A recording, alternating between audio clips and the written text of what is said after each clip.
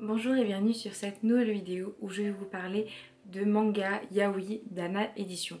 Dernièrement j'ai fait une vidéo où je vais vous montrer les séries manga animées facilement trouvables en plusieurs tomes, donc je vous la mettrai juste là, et j'avais dit que je ferais une autre vidéo sur les one-shots et du coup j'ai eu l'idée de faire une vidéo sur les one-shots bien sûr facilement trouvables de Anna Édition parce que vraiment j'ai énormément de leurs one-shots, donc je vais vous présenter mes 4 favoris que j'ai actuellement en ma possession. Je vais pas vous faire attendre longtemps, donc je vais commencer tout de suite par Come to End de Sai.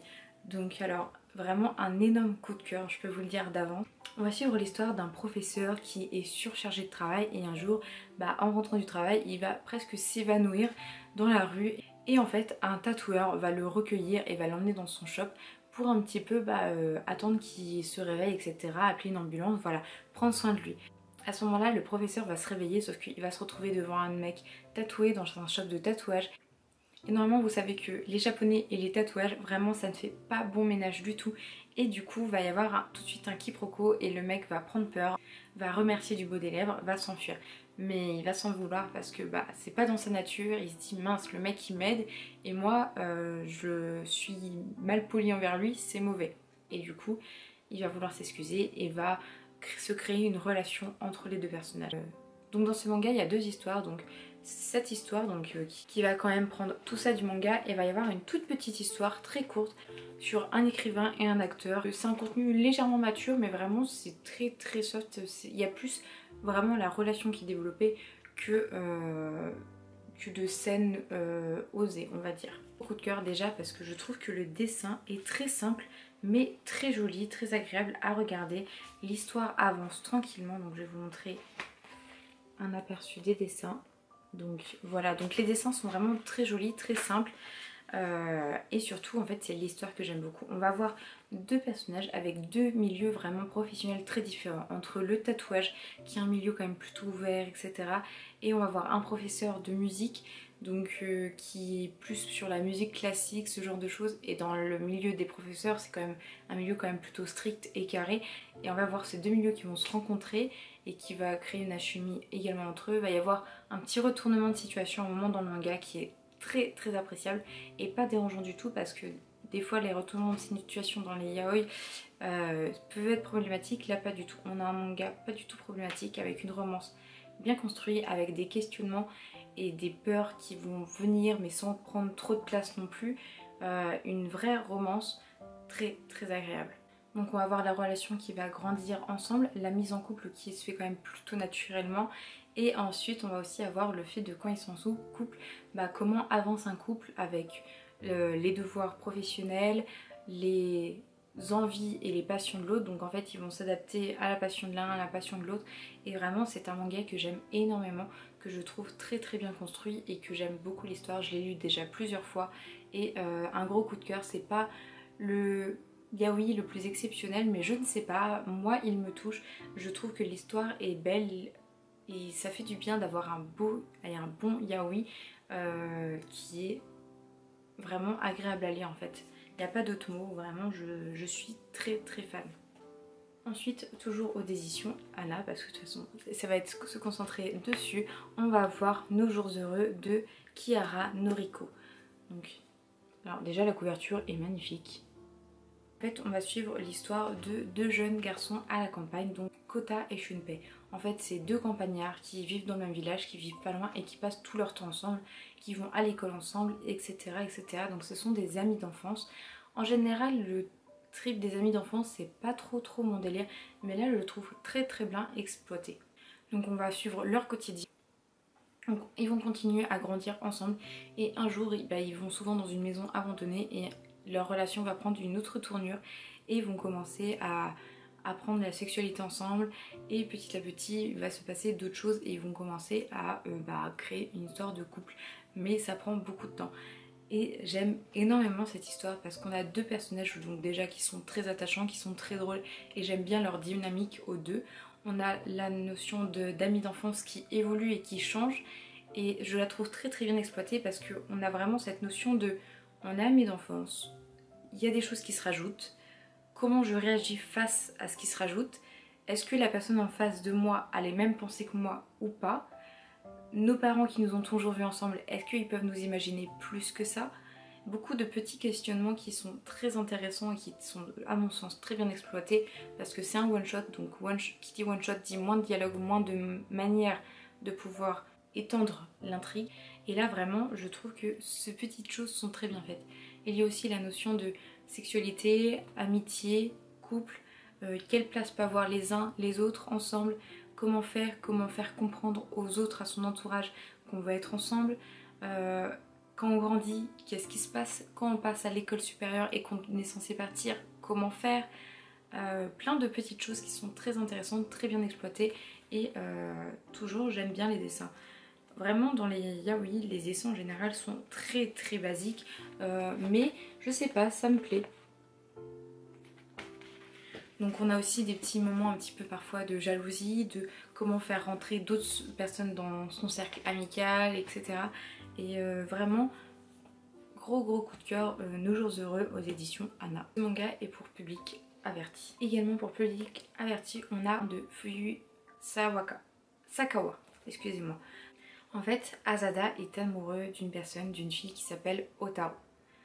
Sauf que cette fille n'existe pas du tout, en fait c'est une fille qui sort de son roman. En fait il a lu un roman plus jeune et il est tombé amoureux de tous les traits physiques et du caractère de cette personne, sauf que cette personne n'existe pas vu qu'elle vient d'un roman. Il recherche chez tous ses partenaires au lycée, quand il se met en couple, une personne qui a soit les cheveux roses, soit le grain de beauté, qui va ressembler à cet Otaru qui lui fait tant envie et qu'il aime tellement mais qu'il ne peut juste pas rencontrer.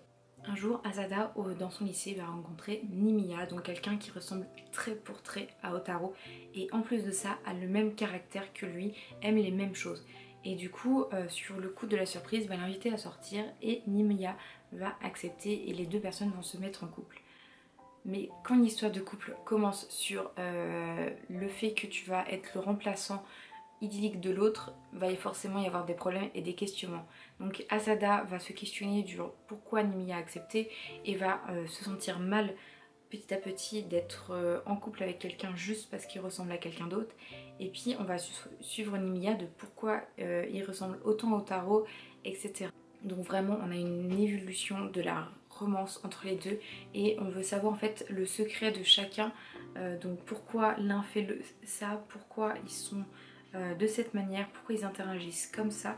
Il y a beaucoup de leurs pensées qui sont mises dans le manga. Je sais pas si vous voyez, quand ils pensent, c'est écrit et comme ça on voit un petit peu leurs pensées et j'aime énormément dans ce manga parce que vraiment ce qui est très intéressant c'est le côté un peu psychologique de la relation, sur le fait de avoir un substitut, etc. Mais c'est très bien amené et c'est pas toxique. Ça commence de manière un petit peu insidieuse où tu te dis mince, c'est un peu chelou leur histoire. Et puis en fait on se prend en jeu, on veut savoir pourquoi ils font ça, comment on va évoluer, qu'est-ce qu'il va en ressortir de cette relation, est-ce qu'ils vont se séparer, est-ce qu'ils vont continuer sur cette optique, est-ce que l'un va accepter l'autre. Enfin beaucoup de questionnements qui se font au fur et à mesure du manga et en fait on a d'autres protagonistes qui arrivent et qui vont encore chambouler leur histoire et c'est très intéressant. On a vraiment un manga avec je trouve un très bon scénario et je le conseille vraiment à ceux qui aiment les yaoi et qui aiment avoir de très bons scénarios. Ensuite on a Le Maître de Maison est un alpha. Donc là c'est sur la vibe de l'Omégaverse, etc. Donc avec toujours cette histoire de phéromones, de couple, etc. Donc là on va suivre l'histoire de deux alphas qui sont mariés ensemble. Donc là on va avoir deux personnes qui vont se marier pour le nom de famille mais ils vont être profondément amoureux, sauf qu'il va y avoir un souci qui va se poser dans leur couple. Ce sont deux alphas et deux personnes qui veulent être actives sexuellement, ce sont ce qu'on appelle des sémés et du coup il y a un souci au niveau sexuel, ils n'arrivent pas à passer autre chose à le faire et en tant que couple et en tant que mariés en fait ils commencent à avoir une pression de leur famille ainsi que même eux-mêmes ils se mettent une pression sur leur couple, sachant que leur mariage aussi repose également sur le fait de donner un héritier. C'est à ce moment qu'un des deux protagonistes, Kazumasa, va aller voir un sexologue. Ce qu'il veut c'est apprendre des techniques pour faire fondre on va dire son compagnon et pouvoir prendre le dessus dans le couple. Il va y avoir ensuite une histoire avec beaucoup de quiproquos, de scènes un petit peu d'humour et beaucoup en fait de vision de la sexualité, comment on est un couple marié, beaucoup de pression sociale, etc. Donc vraiment très intéressant. Alors dit comme ça, on peut dire ah super, ça va être un manga où en fait il va y avoir que des rapports, que du contenu mature. Oui, il y en a, mais sincèrement, le fond est très très intéressant. On va voir un couple marié qui a une pression sociale et qui est très importante sur le fait d'avoir un enfant, sur le fait d'être marié, d'avoir des devoirs conjugaux, sur la vision du sexe et en fait aussi la vision du... sur la vision qu'ils ont du sexe, les différents points de vue qu'on peut avoir sur le fait d'être dominé, la confiance dans le couple et plein d'autres choses. Donc de quoi on parle, de quoi on ne parle pas, à quel moment on est prise au piège on va dire dans tout ça, qu'est-ce qu'on peut dire, qu'est-ce qu'on ne peut pas dire. Donc j'aime beaucoup ce manga où en fait on va voir la vision du couple, toutes les limites que peuvent avoir le couple marié, tous ces dictats sociaux et vis-à-vis aussi de la sexualité, de l'enfant, etc. Et j'aime énormément ce manga. Vraiment un très très bon manga qui soulève quand même des points plutôt intéressants. Donc si on va au-delà de la vision où il y a des scènes un peu olé olé. Voici ma sélection de 4 one-shot chez Anna. Donc j'en ai énormément, je pourrais vous en présenter d'autres, mais là ce sont vraiment mes préférés où je trouve que ça apporte un plus, que l'histoire est intéressante, que le scénario est sympa et qui est facile à lire. Des fois c'est pas forcément le plus exceptionnel, mais en tout cas il me plaît beaucoup. Donc j'espère que ça vous a plu et que si vous connaissez ces mangas, n'hésitez pas à m'en parler en barre d'infos, qu'on échange dessus. Ou si vous avez des mangas yaoi en one shot à me conseiller qui sont vraiment très très bien, qui apportent des sujets quand même plutôt intéressants, n'hésitez pas à me le mettre en commentaire. Sur ce, n'hésitez pas à vous abonner, à liker la vidéo et je vous souhaite une très bonne journée. Surtout, prenez soin de vous.